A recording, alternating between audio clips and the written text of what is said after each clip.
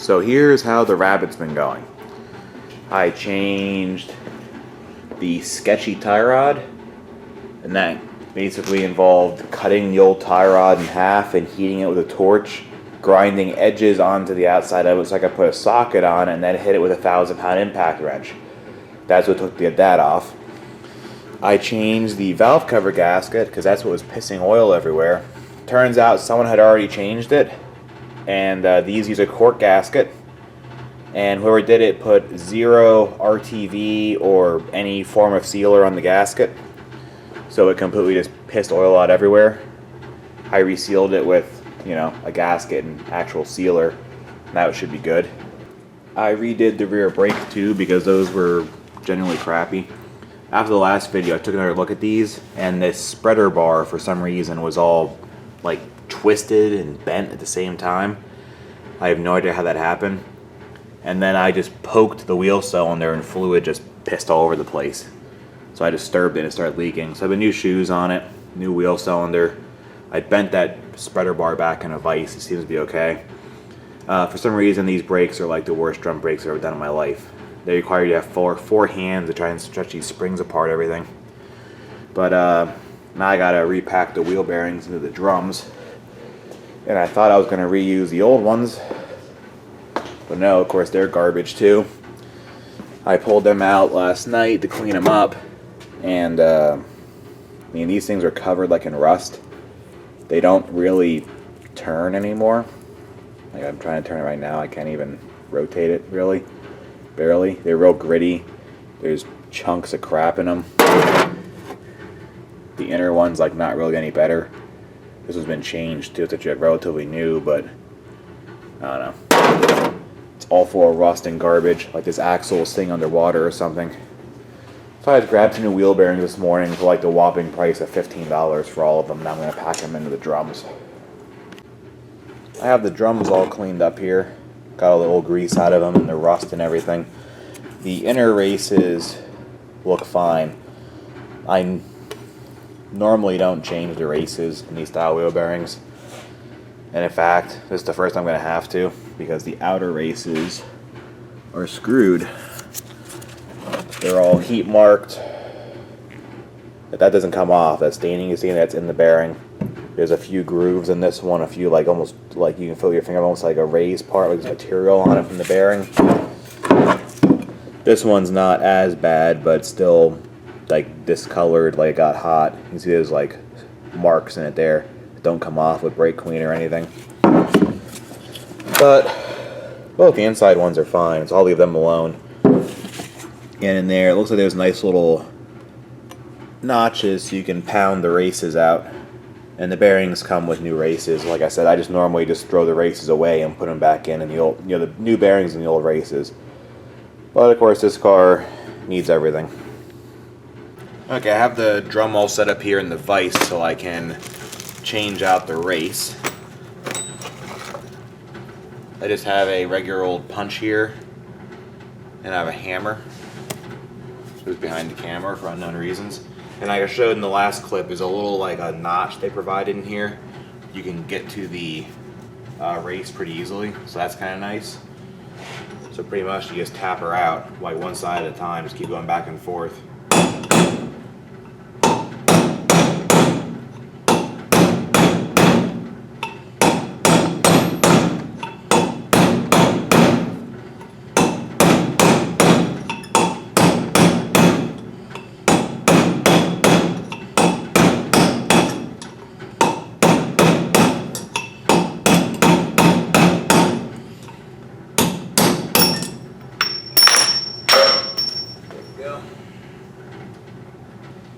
There's the old race out. Okay, here's the fancy new race compared to the shifty old race. If you can see in there, you'll see like pitting, cracks, like heat scarring. That brown color doesn't come off at all, so that one's garbage. New one, new and fancy, the new hotness there. They actually have a tool to install races and seals. I don't have one, I probably should. But what you can do is you can take your old race and just line it up with the new one, and you can tap it in, at least to get it started.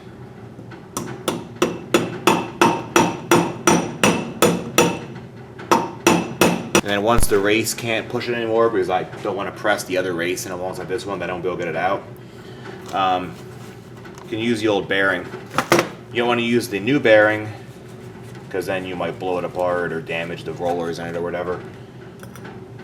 But feel free to tap on the old one.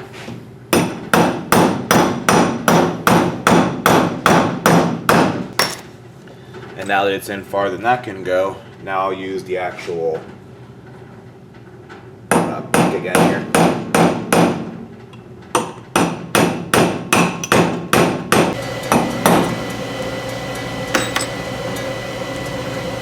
There, now the new race is in. Now I also have the fancy new wheel bearings here that you'll see, unlike the last one, actually turns. Look at that. It's much improvement over the last set that were in here that don't do that. So, here's how you pack a wheel bearing on an old-timey car. I know this is still an 80s, but it still uses the same setup. So you put gloves on, or if you're hardcore, I guess you don't. You put a big dollop of grease in your hand. I use the super fancy Mobil 1 synthetic grease. I'm not sure what grease the person that did this last used, but it came out in kind of long chunks that were like pressed into the drum. Kind of like the stuff that accumulates when you make macaroni and cheese up around the edge. You can like peel the whole like film off. It was kind of like that, so I'm not sure if it wasn't high temp grease or what. I mean, that's why the bearings are like this. But anyway, you take your big dollop in your hand, you take your wheel bearing in your other hand, and you want to try and force the bearing down like this into the grease until you see it come out along the top lip here around these rollers. So it goes in the bottom rollers, and keep pressing it until it comes up the top rollers. See if I can catch this on video here. Of it actually coming out the top.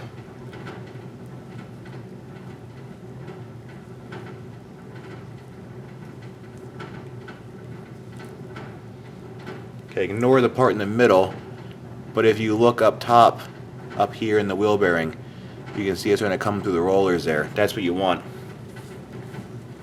And you just keep doing that all the way around the bearing until it does that with all the rollers.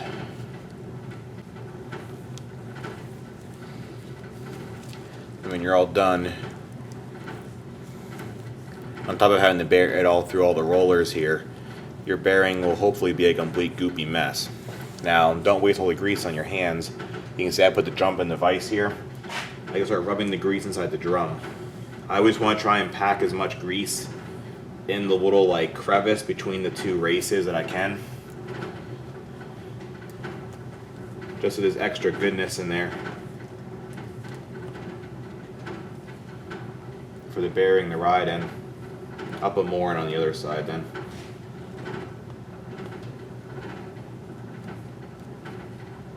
Then you can just plop the bearing in. This is the inner bearing I'm doing first because I have to put the seal on it. Okay, you just want to wipe the grease off the lip of the drum or rotor or whatever it is you're working on where the seal is going to go. You can leave whatever grease inside, doesn't really matter. Then there's your wheel seal, and this will sit right behind where the bearing is. Here, I show you. This sits like that, and then you tap it in with a piece of wood and a hammer or a bearing, bearing installer or seal installer if you're that fancy to have one. Okay, my official block of wood here. You just kind of center it in the seal so you don't punch the seal in crooked, but this will disperse the pressure out all the way across the seal and you won't dent it with the the force of the hammer. I just keep rotating it so you hit on all sides of the seal. And there you go. Now the seal is all pressed into the rotor all nice, or drum, whatever you're working on. Okay, so I cleaned all the old grease off the shaft here, the spindle rather. Put new fresh grease on just so that the drum can slide back on with the bearings on it. You want to grease the area where the seal goes on to on the inside here too, make a little lip. so you don't tear the seal putting it on. But you pretty much just slide this back over now.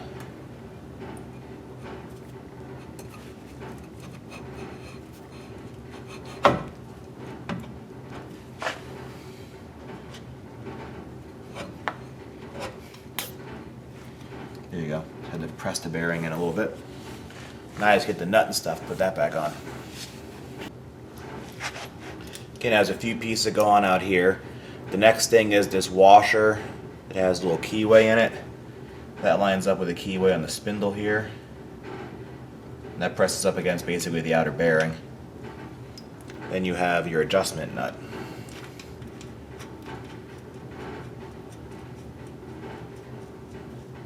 And here's pretty much the standard I figured out for doing anything with tapered wheel bearings that you have to pack.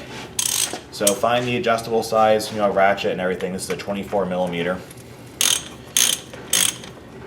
And just start tightening it up. Just spin it a little bit. And just tighten this the hell down. Still turn it even though it's pretty tight. What that does is it squeezes all the bearings together. Now you loosen it back up. That just makes sure that your bearings are seated in there. What you want to do is you want to loosen this, feel how it spins, check and see if it goes out. If it gets too loose, the drum moves.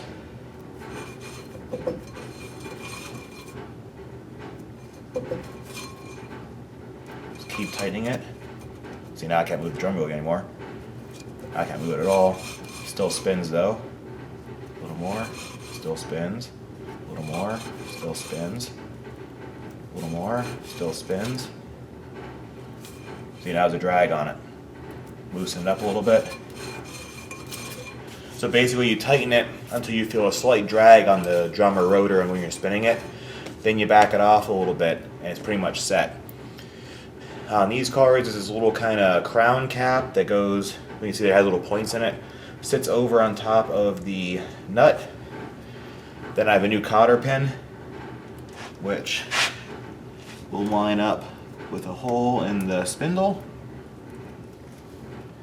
Pop that through, and that holds that cup, which then holds that nut.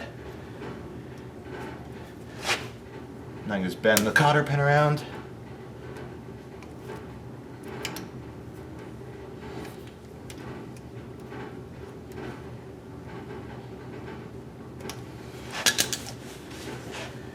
And there we go. Now I need is the dust cap, which has eluded me for a second here. Aha, found it. This goes on top of the whole works then. And this thing's so loose and crappy, I can just press it right on there. There we go. Drum brakes are done. So upon further, dwelling on it, I don't like this exhaust pipe anymore.